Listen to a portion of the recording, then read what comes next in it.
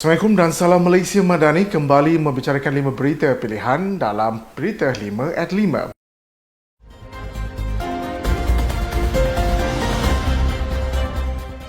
Timbalan Perdana Menteri Datuk Seri Dr. Ahmad Zahid Hamidi meluahkan keterujaan beliau meraihkan pesta Ponggal perpaduan bersama 2,000 orang masyarakat India di Shah Alam semalam. Beliau dan juga Presiden UMNO berkata seharusnya semangat Ponggal ini perlu dikekalkan dan disemarakkan secara berterusan sebagai salah satu lambang perpaduan antara kaum di negara ini. Katanya perayaan Ponggol ini membuktikan kepelbagaian agama, bangsa dan diraikan bersama sebagai suntikan semangat untuk kerajaan terus bekerja keras, penuh dedikasi dan berfikiran positif untuk terus menyumbang demi kemajuan masyarakat India di negara ini. Dalam pada itu, beliau juga menyatakan pendidikan sangat penting dan semua kelompok masyarakat perlu memanfaatkan peluang pendidikan sebagai menjamin kesejahteraan masa hadapan. Jelasnya sebagai pengurusi Majlis TVET Negara, beliau turut menyuarakan hasrat mahu melihat anak-anak muda masyarakat India untuk mengambil peluang banyak bidang TVET berteknologi tinggi seperti kejelasan buatan AI, electrical vehicle, tenaga hidrogen dan lain-lain bidang.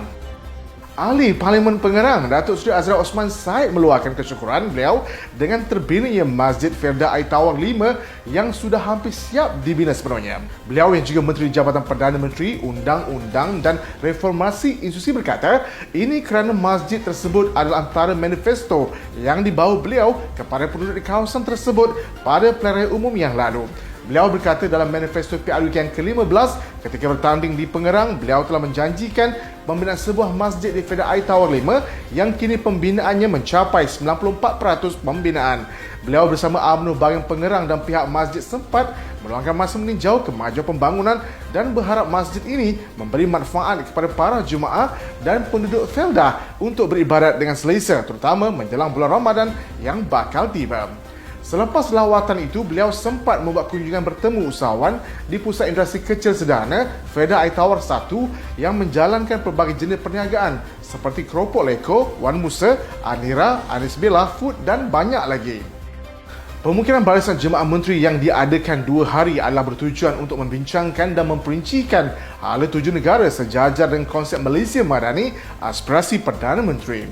Menteri Pengajian Tinggi Datuk Dr. Zamri Abdul Kadir berkata pelbagai perkara turut dibincangkan dan dibentangkan sepanjang pemukiman tersebut untuk mewujudkan satu manifestasi jelas bagi menerajui setiap kementerian di negara ini. Pemukiman tersebut yang telah berjalan lancar di Sabijaya bersama dengan Perdana Menteri Datuk Seri Anwar Ibrahim dan timbalan-timbalan Perdana Menteri. Beliau yang juga ahli Majlis Kerja Tinggi UMNO turut memaklumkan bahawa Perdana Menteri seiring mengingatkan apa jua inisiatif dan keputusan mestilah diberikan keutamaan khususnya berkaitan perihal negara serta rakyat. Pada Rabu lalu, media melaporkan program pemimpinan anggota Jemaah Menteri Kerajaan Perpaduan 2024 diadakan selama 2 hari bagi menumpukan usaha mencari ikhtiar baru bagi melonjakkan ekonomi negara.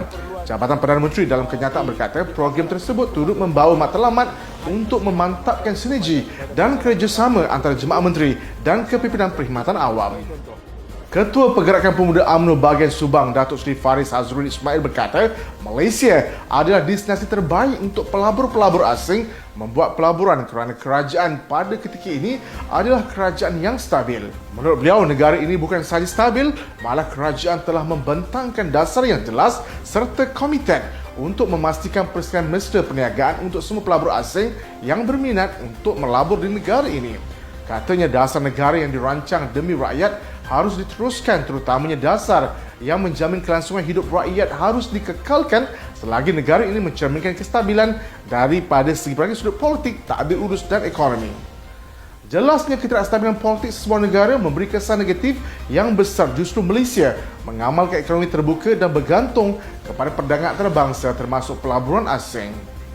Seterusnya tambah beliau, rakyat perlu sedar permainan pembangkang yang sering mencetuskan propaganda dan mahu merosakkan reputasi negara dan kemungkinan besar pelabur akan mengumumkan untuk menarik balik keputusan disebabkan ketidakketentuan ini. Setiausaha Agung UMNO Datuk Dr. Ashraf Wajid Dusuki seperti biasa meneruskan siri jelajah beliau bertemu kepimpinan bahagian dalam usaha mengukuhkan lagi parti keramat ini. Setelah ke UMNO bahagian Tanjung Malim minggu lepas, beliau meluangkan masa melawat ke UMNO bahagian Lumut bertemu dengan akar umbi untuk berdiskusi hal tuju parti dan isu-isu semasa negara.